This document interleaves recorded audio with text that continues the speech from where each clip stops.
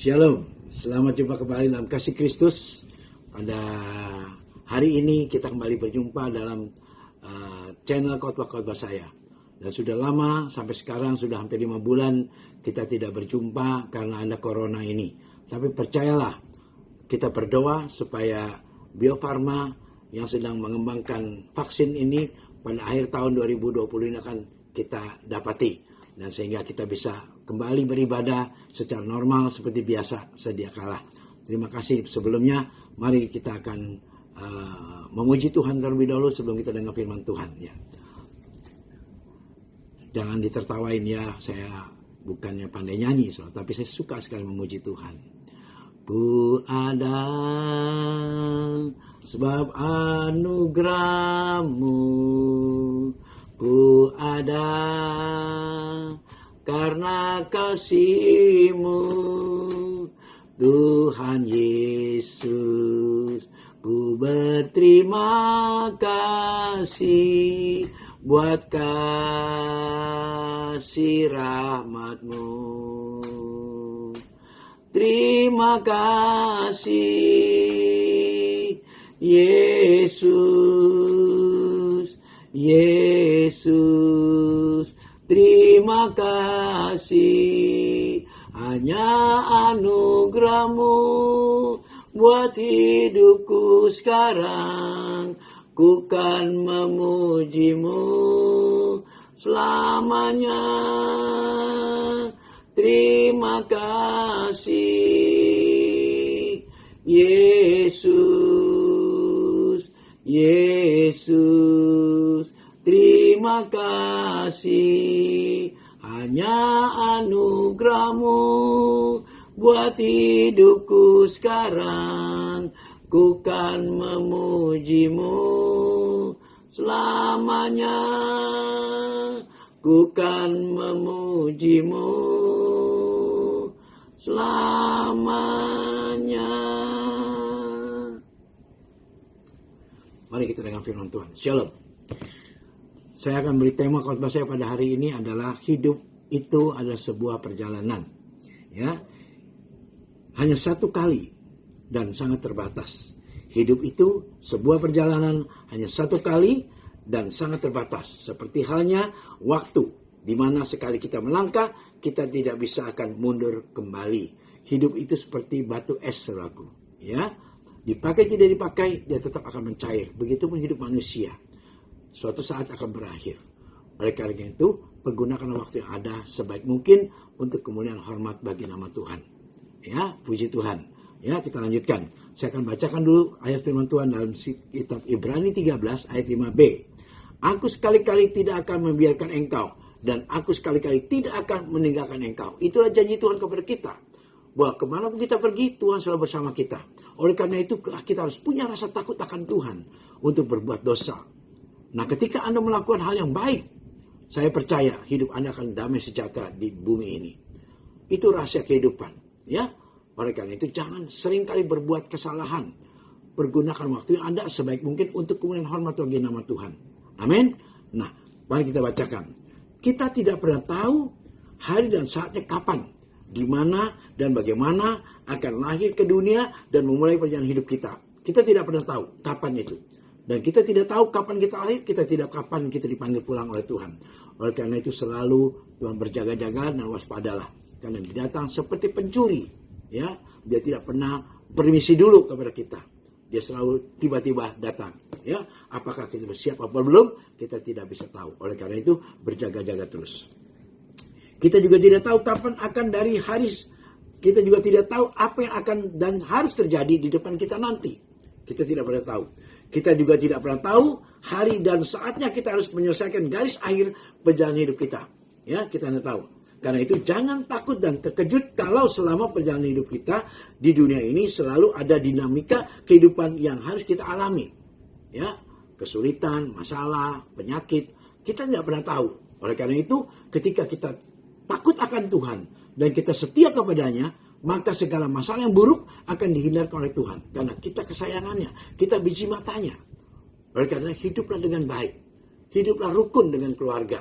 Itu penting sekali. Ya, saya bukan hanya pandai bicara. Banyak orang hamba-hamba Tuhan hanya pandai bicara, hidup rukun tapi rumah tangganya berantakan. Itu tidak boleh, saudaraku. Kita menipu jemaat. Kita harus hidup sesuai dengan apa yang kita ucapkan, ya. Nah, dan memang Tuhan tidak pernah janji jalan hidup kita itu akan selalu rata, ya. Tuhan juga tidak pernah janji langit selalu biru. Semua itu ada maksud dan tujuan ilahi untuk kebaikan kita dan kemuliaan Dia, ya. Nah, dan Tuhan janji akan selalu menyertai, memelihara, tapi tidak selalu mengatakan langit selalu biru, tidak, ya.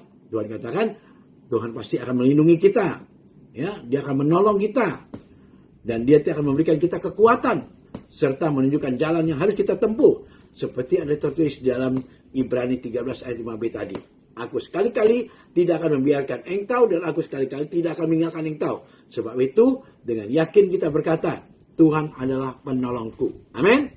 Itu, ya. Nah, marilah kita berusaha lebih sungguh-sungguh lagi hidup berkenan kepada Tuhan. Jangan biarkan Tuhan kecewa dengan kita.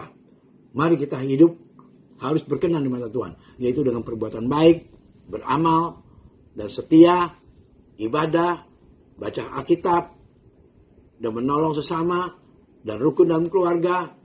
Jangan menyimpan kesalahan orang lain. Maka hidup Anda akan berkenan di mata Tuhan. Ya. Oleh karena itu, marilah kita berusaha lebih sungguh lagi untuk kita hidup berkenan di mata Tuhan. Nah, ada satu cerita. Seorang anak kecil. Dia disuruh oleh orang tuanya untuk berdoa pagi-pagi. Anak ini baru umur 5 tahun. Baru kelas 0. Ya. Nah, kelas 0 itu maksudnya masih taman kanak-kanak lah. Nah, ini yang dikatakan bahwa kalau kita diperintah Tuhan untuk setia, biar kita belajar dengan anak kecil ini. Sehingga Tuhan akan memberikan berkat buat kita. Anak ini umpamanya namanya si Meing.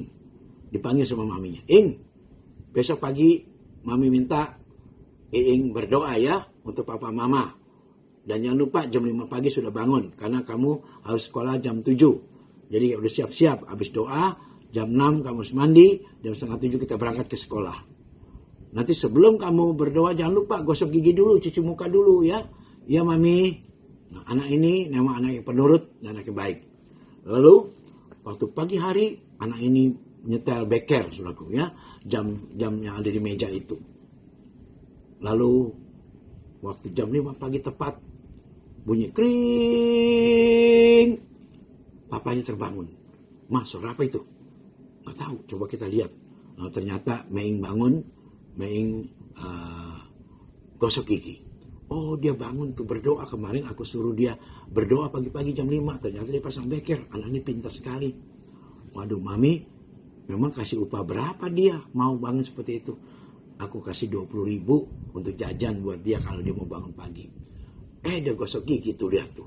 Waduh. Begitu ya? Iya, itu ajaran Pak Andreas.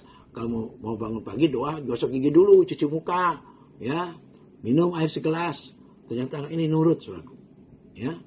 Lalu waktu saat pertama berdoa, anak ini berdoa untuk maminya. Biasa anak perempuan suka doain maminya dulu, ya, karena dekat dengan maminya. Tuhan berkati mamiku supaya disayang sama papa, supaya jangan sering bertengkar. Saya senang punya mama yang baik, punya papa yang baik. Biarlah Tuhan sayang keluarga kami dan kami semua dalam berkat-berkat Tuhan. Terima kasih Tuhan untuk hari ini. Amin. Lalu papanya bilang, nggak cocok lu kasih 20.000. Gue kasih 50.000 buat dia. Karena dia sudah doakan kita. Nah, itu contoh saudaraku. Ya, dari 20.000 naik 50.000. Kenapa? Karena anak itu taat dan rajin. Dan mau mendengar kata-kata dari mamanya. Dan berdoa untuk papa mamanya. Begitupun kita dengan Tuhan. Kalau kita selalu ingat Tuhan, kita berdoa, kita doakan teman-teman kita doakan keluarga kita doakan istri kita atau suami kita, nah kita akan dapat bonus dari Tuhan. Itu sebuah kehidupan, saudaraku. Itu kehidupan saya. Saya sejak bertobat tahun 72, saya kerjanya berdoa untuk keluarga saya, supaya diselamatkan semuanya.